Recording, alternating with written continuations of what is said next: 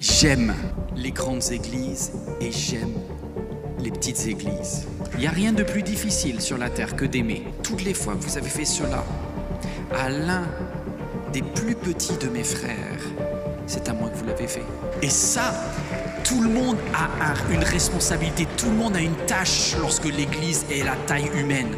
Il y a une chose que j'ai pour moi, c'est que j'ai choisi d'aimer mieux et d'aimer plus. Et tous les jours, je travaille là-dessus.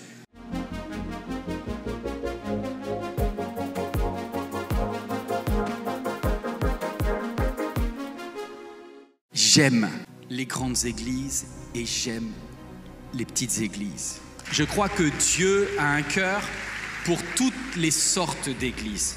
Et mon rêve n'a jamais été de créer une méga church. J'ai autant aimé l'église lorsque nous étions dans une maison à Créteil que quand on est dans une cité royale ici, parce que là où 2 ou 3, donc ça suffit pour que la présence de Dieu soit là. L'importance, et c'est ça qui n'est pas évident, c'est quelle va être ton attitude de cœur quand tu vas avec les frères et sœurs. Quelle va être l'attitude de ton cœur? Il n'y a rien de plus difficile sur la terre que d'aimer. Et grandir, et grossir, et vieillir peut des fois nous faire oublier ce qui est la base de tout. L'amour est la clé de tout. Premièrement, aimer, c'est donner. Ça veut dire quoi, donner? Non, ça veut dire quoi, donner?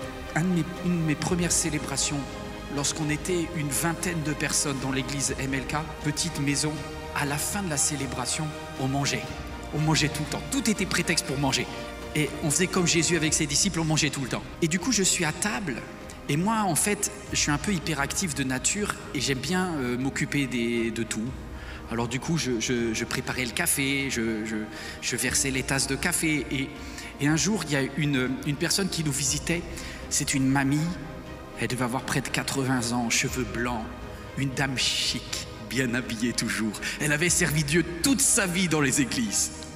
Et ce jour-là, mamie Risbourg nous visitait. C'est la seule fois que je l'ai vue, parce qu'elle marchait mal. Elle avait du mal à se déplacer. Mais elle avait voulu voir cette bébé église dont j'avais la charge. Et quand mamie Risbourg est rentrée, je lui ai fait un bisou évidemment.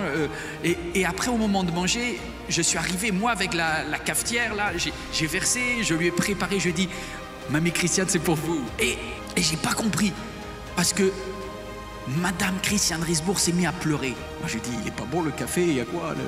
Et elle pleurait, elle était émue. Mais vous savez, pas des larmes, pas des grosses larmes, juste des yeux chargés. Et elle me regardait. Et je lui dis « Mais pourquoi tu pleures, mamie ?» Elle me dit « C'est la première fois qu'un pasteur me sert le café. » Et en fait, je me suis dit, on a oublié qu'aimer, c'est donner. Tu peux prêcher le monde entier, tu peux rêver des stades, tu peux croire que tu vas avoir une voix internationale. Si tu oublies ça, arrête tout. Tu n'as pas besoin de Jésus pour devenir une star. Si ton but, c'est de devenir une star qui brille, tu n'as pas besoin de Jésus. Mais si tu as envie de donner à des personnes qui sont autour de toi, vous allez me dire, mais comment je suis sûr que ce que je vais faire va plaire à Dieu? Venez, vous qui êtes bénis de mon Père. On peut lire juste ce texte. Vous le connaissez, c'est dans Matthieu 25. Prenez possession du royaume qui vous a été préparé dès la création du monde. Vous voulez être béni de Dieu, vous? Vous voulez rentrer dans la possession du royaume de Dieu? Regardez ça. En effet, j'ai eu faim et vous m'avez donné à manger. J'ai eu soif et vous m'avez donné à boire. J'étais étranger et vous m'avez accueilli. J'étais nu et vous m'avez habillé. J'étais malade et vous m'avez rendu visite. J'étais en prison et vous êtes venu vers moi. Seigneur, quand avons-nous vu affamés? Avons-nous donné à manger? On n'a pas de souvenir de ça. Tu as oublié le sourire que tu as donné un jour. Tu as oublié le verre d'eau que tu as donné un jour. Tu as oublié, mais Dieu l'a noté. Et le roi leur répondra, je vous le dis en vérité, toutes les fois que vous avez fait cela à l'un des plus petits de mes frères, c'est à moi que vous l'avez fait. C'est à moi que vous l'avez fait. Vous savez, on peut aimer sans aller dans une église. On peut prendre soin des autres et faire des œuvres sociales sans être engagé dans une église. Il y en a par votre travail, je pense à tous ceux qui sont infirmiers, infirmières, aides-soignants, ceux qui travaillent dans le social, les éducateurs spécialisés, les professeurs, les institutrices, etc. Tous les jours, vous donnez des verres d'eau. Et c'est un ministère, et c'est formidable. Mais il y a quelque chose qui se passe lorsque vous êtes dans une église de maison. Vous allez me dire, mais pourquoi tu ramènes ça à l'église? Parce que Jésus a dit, à chaque fois que vous faites cela, au plus petit de mes frères, de mes sœurs, c'était quelqu'un de la famille. C'est très bien de donner des verres d'eau à ceux qui sont au loin. Mais l'avantage d'aller dans un groupe de petite taille, c'est qu'on est obligé de donner de l'amour. Et pour certains, vous dites, mais c'est quoi mon ministère? Moi, je ne vois pas mon ministère. Mais ton ministère, c'est des fois d'être dans une église de taille familiale et de donner.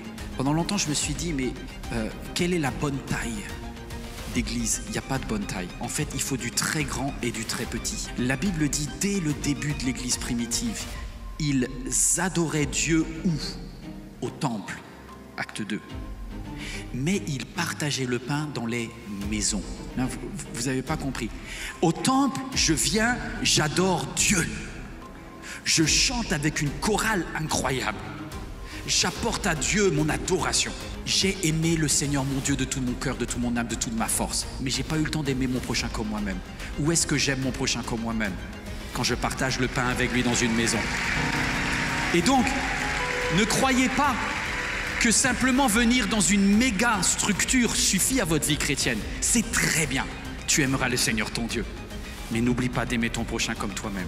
Et ça, tout le monde a une responsabilité. Tout le monde a une tâche lorsque l'Église est la taille humaine. Parce que tu ne peux pas esquiver le sourire. Tu ne peux pas esquiver le bonjour. Tu ne peux pas esquiver le café. Tu es automatiquement en charge de quelque chose. Et ça, c'est formidable. Et ça, c'est formidable. Moi, je me rappelle avec nostalgie, j'ai beaucoup aimé cette période-là. Et toutes les Madame Risbourg à qui j'ai pu servir le café. Et c'est à ce moment-là que Dieu a dit, puisque tu es fidèle là, le cœur est bon là, alors on ne va pas vous faire grandir cette histoire. Il y avait des gens bien plus spirituels que moi. C'est l'Éternel regarde au cœur et à chaque fois que quelqu'un me dit quel était le secret de la bénédiction, combien étaient les jours de jeûne, de prière que vous avez fait à MLK, non,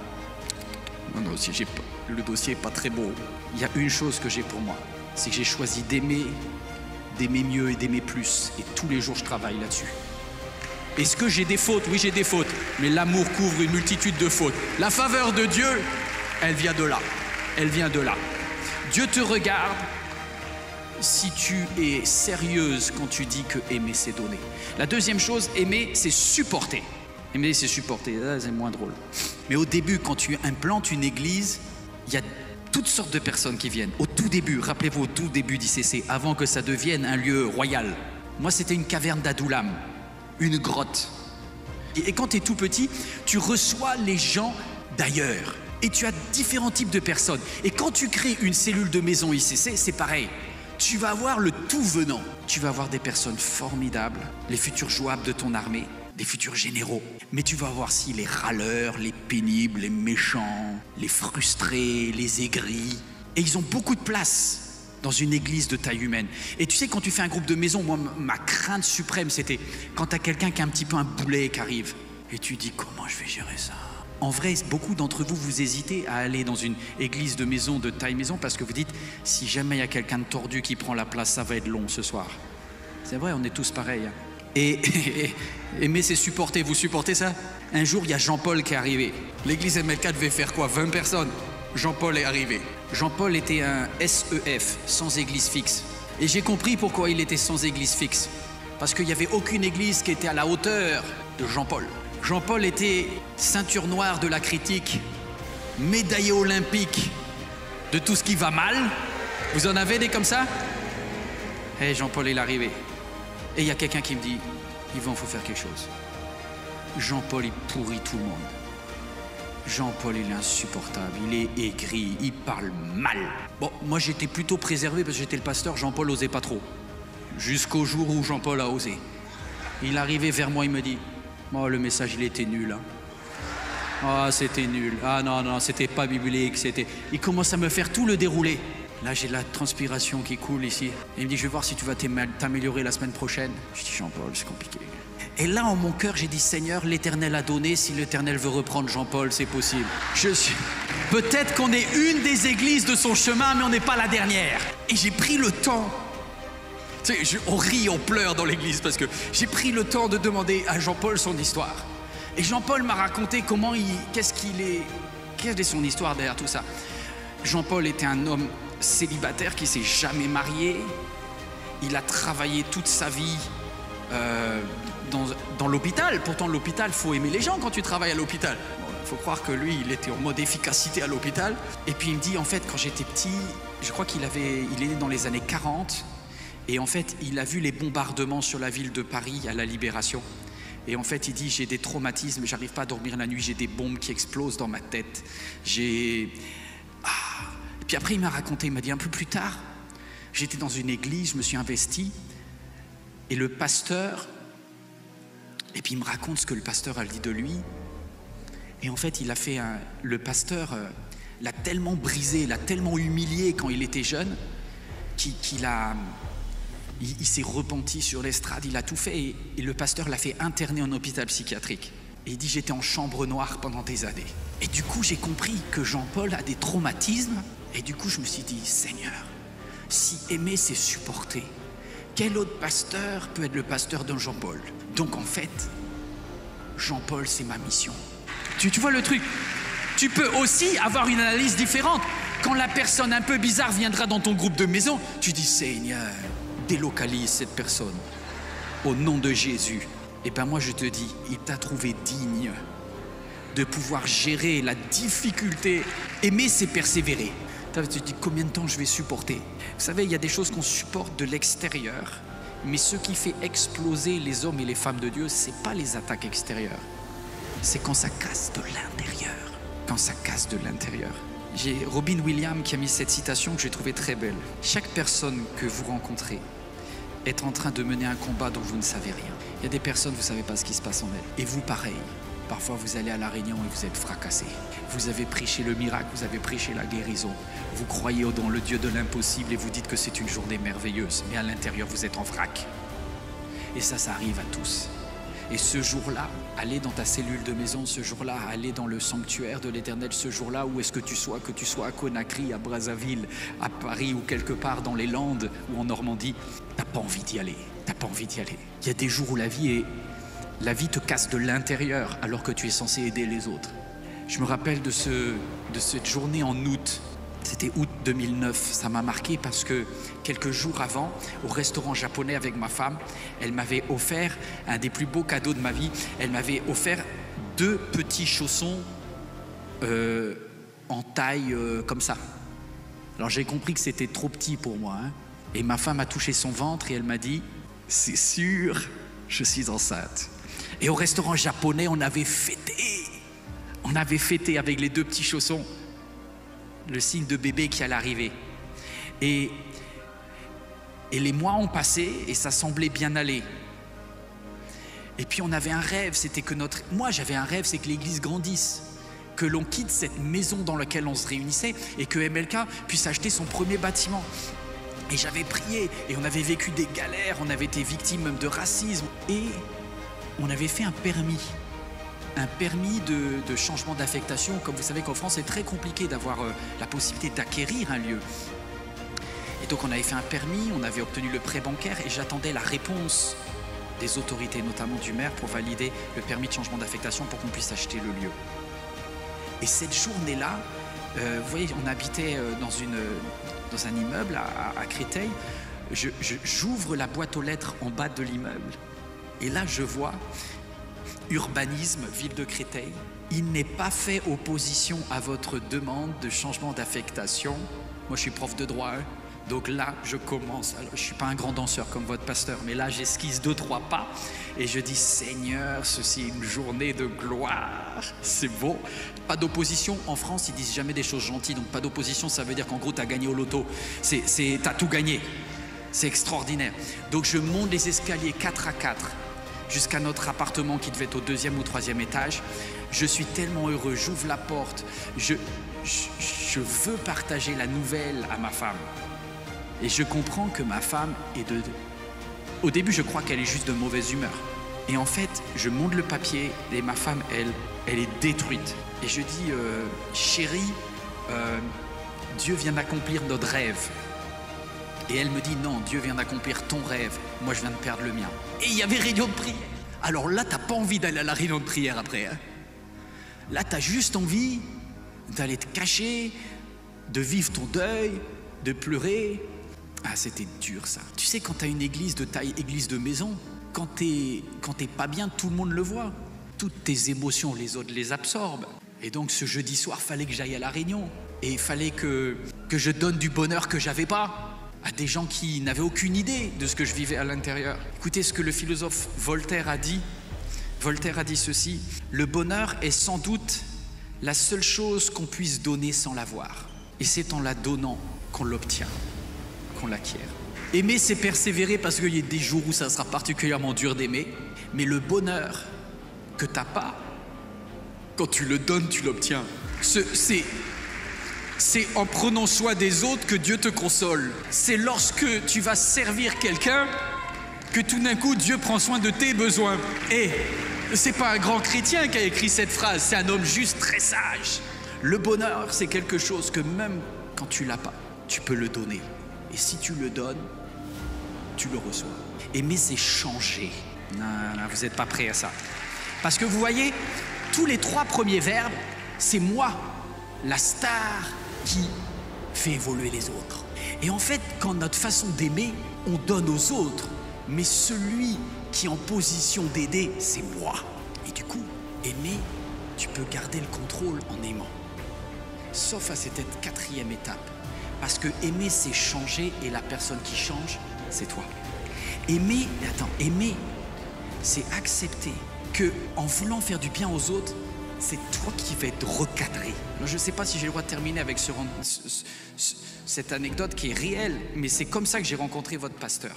Pendant des années, comme ICC et MLK étaient l'une à côté de l'autre, chacune sert de ville de refuge pour les chrétiens déçus de l'autre. On va dire les choses vraies. C'est quand tu as quelqu'un qui est déçu de MLK, s'il veut une bonne église, il peut aller se plaindre à ICC. Et si quelqu'un va mal à ICC, il peut aller se plaindre en allant à MLK. C'est normal, c'est la vie. Ça s'appelle la proximité. Mais du coup, moi, si je veillais pas dans mon cœur, ma vision d'ICC était faussée parce que j'entendais ceux qui quittaient.